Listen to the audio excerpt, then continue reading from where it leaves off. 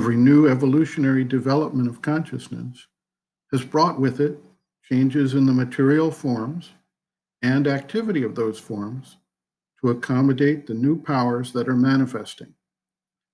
It is therefore expected that as the supramental manifestation takes place, it will also bring about changes in the forms and functions to express the needs and the powers of that new consciousness. These changes do not generally take place overnight.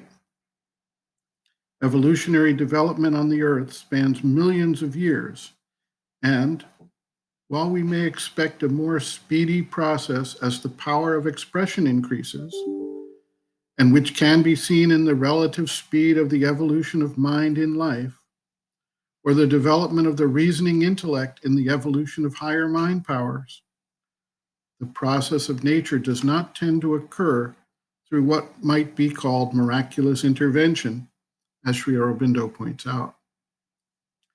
It is not possible to foresee all of the changes to be ushered in with the advent of the supramental consciousness, as the mind has its limitations and is rooted in what it can see looking backwards. It is also not advisable to try to channel the action in ways that the mind may be able to envisage, as this acts as a limiting factor in the actual manifestation. We can, in general, recognize that the type of powers that the supramental consciousness brings to bear must eventually have a transformative impact on both the anatomy and physiology of those beings intended to manifest it in the future, as well as having an influence on the interaction with the natural environment and the conditioning of earthly life to provide a more harmonious basis for life to both survive and thrive. Sri Aurobindo notes, quote, "The descent of the supermind is a long process, or at least a process with a long preparation. And one can only say that the work is going on sometimes with a strong pressure for completion, sometimes retarded by the things that rise from below and have to be dealt with before further progress can be made. The process is a spiritual evolutionary process, concentrated into a brief period. It could be done otherwise, by what men would regard as a miraculous intervention, only if the human mind were more flexible and less attached to its ignorance than it is. As we envisage it, it must manifest in a few first and then spread, but it is not likely to overpower the earth in a moment.